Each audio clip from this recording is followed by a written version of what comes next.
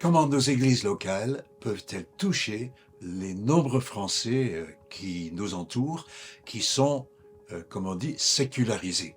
Euh, la commission d'évangélisation du CNEF s'est penchée sur ce sujet et nous avons écrit un rapport que nous avons présenté au CNEF et qui maintenant est disponible sous forme de livre publié par PLF Éditions.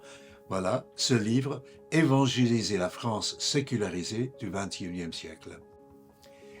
Pourquoi choisir ce mot sécularisé?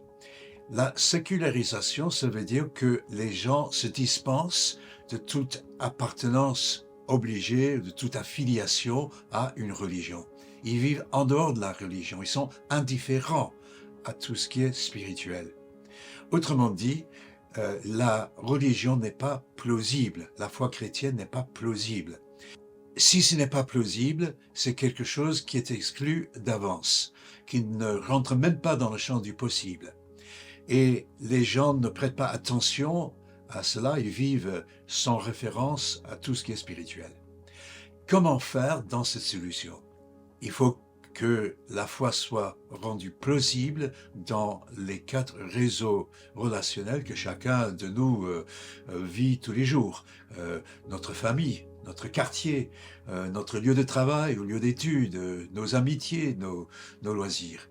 Et en rendant la foi plausible, en fait, on rentre dans le moyen principal que les gens possèdent aujourd'hui pour arriver à des conclusions, c'est-à-dire être influencés. Les influenceurs sur Internet sont connus, mais sans aller jusque-là, quand on achète un produit, par exemple, on va souvent regarder si ce produit est recommandé par quelqu'un, par d'autres usagers. Alors nous sommes chrétiens, nous sommes usagers de la foi chrétienne, et c'est à nous de le recommander dans nos différents milieux.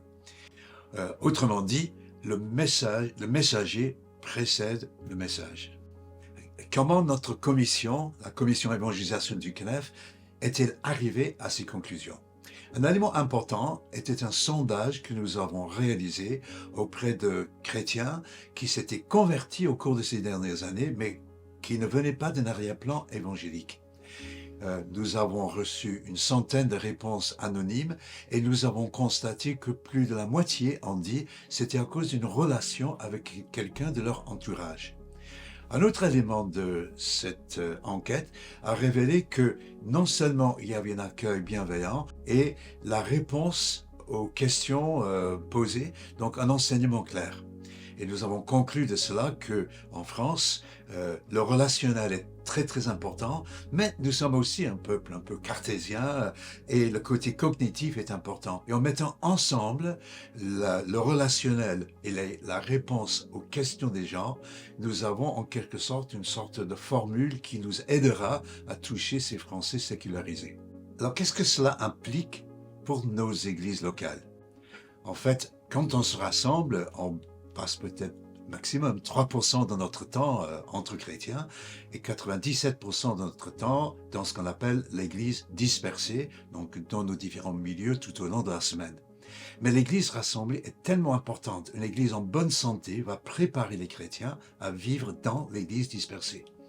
Dans Hébreux 10, l'écrivain, l'auteur de cet épître dit que nous devons jamais abandonner nos réunions parce que nous nous rassemblons pour nous encourager mutuellement à l'amour et aux belles œuvres. Et c'est pour cela que nous nous réunissons pour louer le Seigneur, pour écouter sa parole. Et comme Jésus a dit lui-même, la bouche parle de ce dont le cœur est plein. Mais l'Église rassemblée doit aussi former les chrétiens à savoir comment parler dans notre contexte actuel. Un autre sondage réalisé par le CNEF il y a quelques mois a montré que les personnes au travail, les chrétiens au travail, disaient à 85% qu'ils ne savaient pas comment aborder des sujets chrétiens quand les collègues de travail parlaient de sujets d'actualité. Donc l'Église locale devra aussi assurer une certaine formation pour savoir comment expliquer notre foi dans le contexte contemporain. Alors comment une Église locale peut-elle s'approprier le contenu de ce rapport? Dans ce rapport, nous proposons d'abord une série de témoignages de ce que différentes églises ont pu faire dans la France sécularisée du XXIe siècle. Et à la fin du livre, nous proposons un parcours de découverte. Cela veut dire 4 rencontres où un groupe de chrétiens, un conseil d'église par exemple, pourrait se réunir pendant un mois, une fois par semaine, en lisant le rapport et en partageant leurs pensées pour appliquer le rapport dans leur situation locale. En un mot, qu'est-ce qu'on veut? Qu'est-ce qu'on vise? C'est de vivre une bonne vie d'église où les uns et les autres apprennent à aimer Dieu de tout leur être, à aimer les autres, que ce soit entre chrétiens ou les gens qui ne sont pas encore chrétiens, et cela dans notre contexte culturel d'aujourd'hui.